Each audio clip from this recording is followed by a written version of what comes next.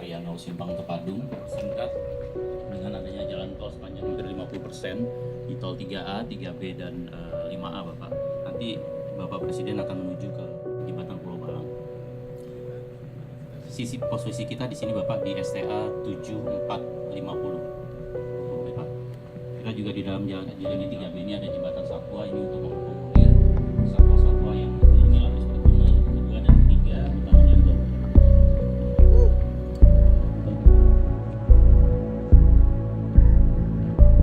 proses penyiramannya juga kami ada masih ada yang menjaga.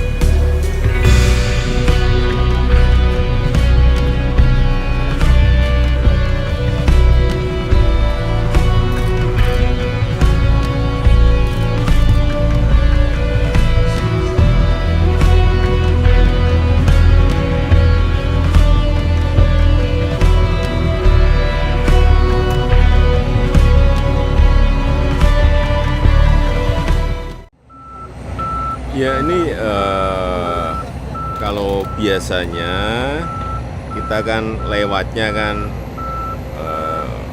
tol Balikpapan Samarinda, kemudian memutar masuk ke Sepaku, kemudian masuk ke Nusantara. Itu butuh waktu 2 jam 15 menit kira-kira. Nah, sekarang dibangun tol ini langsung dari Balikpapan menuju ke Nusantara. Itu hanya memakan waktu kira-kira 50 menit. Jaraknya 57 kilo. Sehingga ini akan mempercepat mobilitas orang dan barang nantinya ke Nusantara. Progresnya sudah berapa persen, Pak? Ini progresnya sudah hampir 55%. Diharapkan nanti di bulan Juni 2024 sudah bisa dipakai.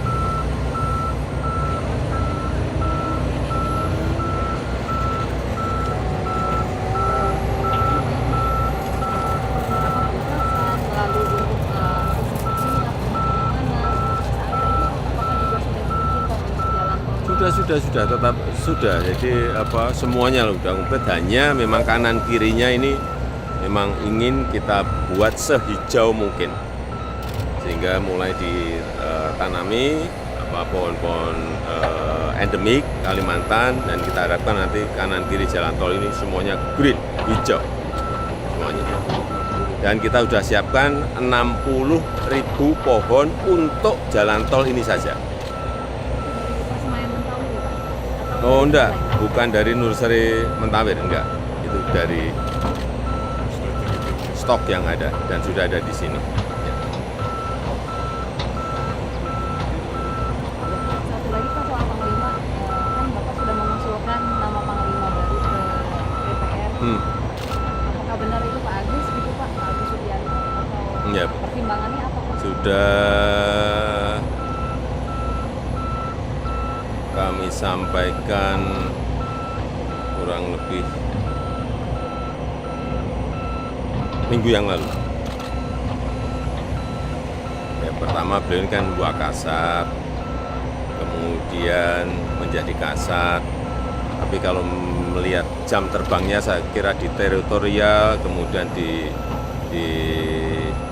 administratif, akademis semuanya memenuhi semuanya. Jadi ASAD baru ini siapa Pak? Yang Hmm? akan menggantikan Hmm? ASAD baru yang akan menggantikan Ya Pak? belum satu-satu.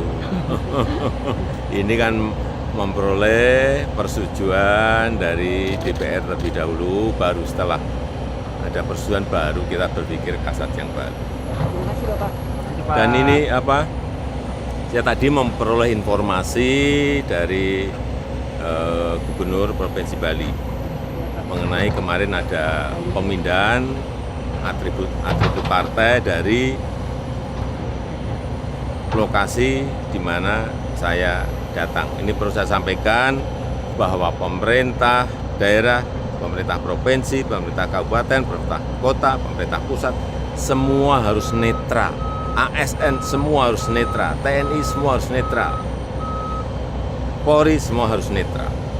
Oleh sebab itu, pemindahan beberapa atribut partai-partai itu mestinya pemerintah, kabupaten dan kota, serta provinsi minta izin kepada pengurus partai di daerah. Berkomunikasi dengan pengurus partai di daerah. Jangan sampai nanti terjadi miskomunikasi dan menjadikan semuanya tidak baik. Nah, kemarin itu artinya tidak netral Pak. Maksudnya Gimana? kan kemarin yang diprotes adalah itu katanya gitu Pak ya. Ya, artinya apakah Enggak, ASN artinya tidak harus netral? ada komunikasi, minta komunikasi dengan pengurus partai, izin dengan pengurus partai di daerah, supaya tidak terjadi miskomunikasi. Ya, Tapi kalau misalnya melanggar tata kota, melanggar aturan itu boleh. iya itu semuanya urusan di pemerintah daerah. Ya, Terima kasih ya Pak. ya, terima kasih. Terima kasih Pak. Ya ini memang semakin banyak yang berbondong-bondong, utamanya investor dalam negeri. Yang lalu kita groundbreaking itu senilai 23 triliun. Kemudian hari ini kira-kira dan besok kira-kira 12 triliun rupiah. Kemudian nanti Desember totalnya menjadi 45 triliun rupiah. Ini saya kira kecepatannya sangat cepat sekali, dan kalau kita lihat fasilitas-fasilitas yang diinginkan oleh masyarakat, warga Nusantara nantinya, seperti rumah sakit sudah ada 3, kemudian sekolah sudah ada, tadi kita juga meletakkan batu pertama, kemudian hotel saya nggak tahu udah berapa, 2, 3, mungkin 4 atau 5, berapa? 4, udah 4. Mall sudah 2. Artinya ini memang bergulirnya begitu sangat cepat, dan saya harapkan Pak Ketua Otorita IKN bisa melayaninya juga dengan cepat, karena swasta itu mintanya mesti dilayani cepat. Ya. Total nilai investasinya sudah masuk berapa Pak? Tadi sudah saya sampaikan 45 triliun sampai Desember, yang real ya. Ya ini kita memang ngerem agar di dalam negeri dulu yang menggerakkan. Tapi kalau nanti sudah dalam zona-zona besar, misalnya financial center masuk mungkin dari luar, mungkin di zona kesehatan juga bisa masuk rumah sakit internasional, bisa dengan undang-undang kesehatan kita yang sekarang bisa.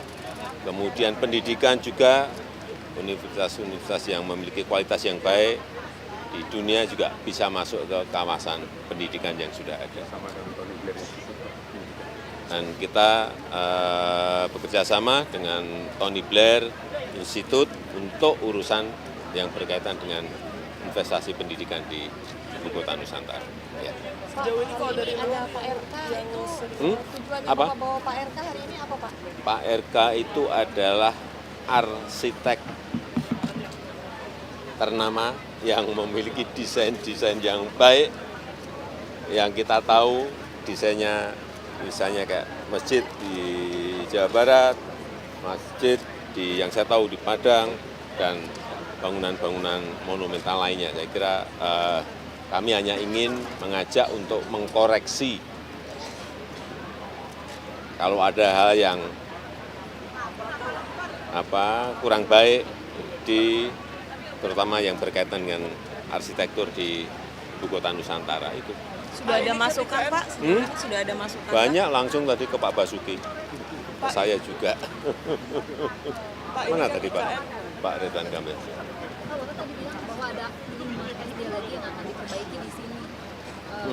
Iya, selain SD Negeri 020 di Kecamatan Sepaku ini juga ada 5 lagi yang dalam proses dikerjakan renovasi oleh Kementerian PU agar kualitas pendidikannya baik, sarana prasarana nanti juga kita tingkatkan, kita perbaiki sehingga kualitasnya juga menjadi meningkat. Semua SD atau Baru ini satu ini SD Negeri 020 Sepaku plus 5 ya. Pak, tadi Bapak sebut jangka panjang Pak IKN ini. Ini kan proyek jangka panjang menuju Oh ya, 2045. Gimana bisa ini memastikan perkiraan saya ya 15-20 tahun proyek ibu kota Nusantara, dan di negara manapun ya kira-kira ya 15-20 tahun. Dan ini kalau swasta sudah masuk artinya ini akan terus bergulir. Terutama nanti setelah selesai yang namanya tol Balikpapan Nusantara. Kemudian setelah selesai airport Nusantara itu akan mempercepat proses investasi yang ada di ibu kota negara Nusantara. Terima kasih Pak.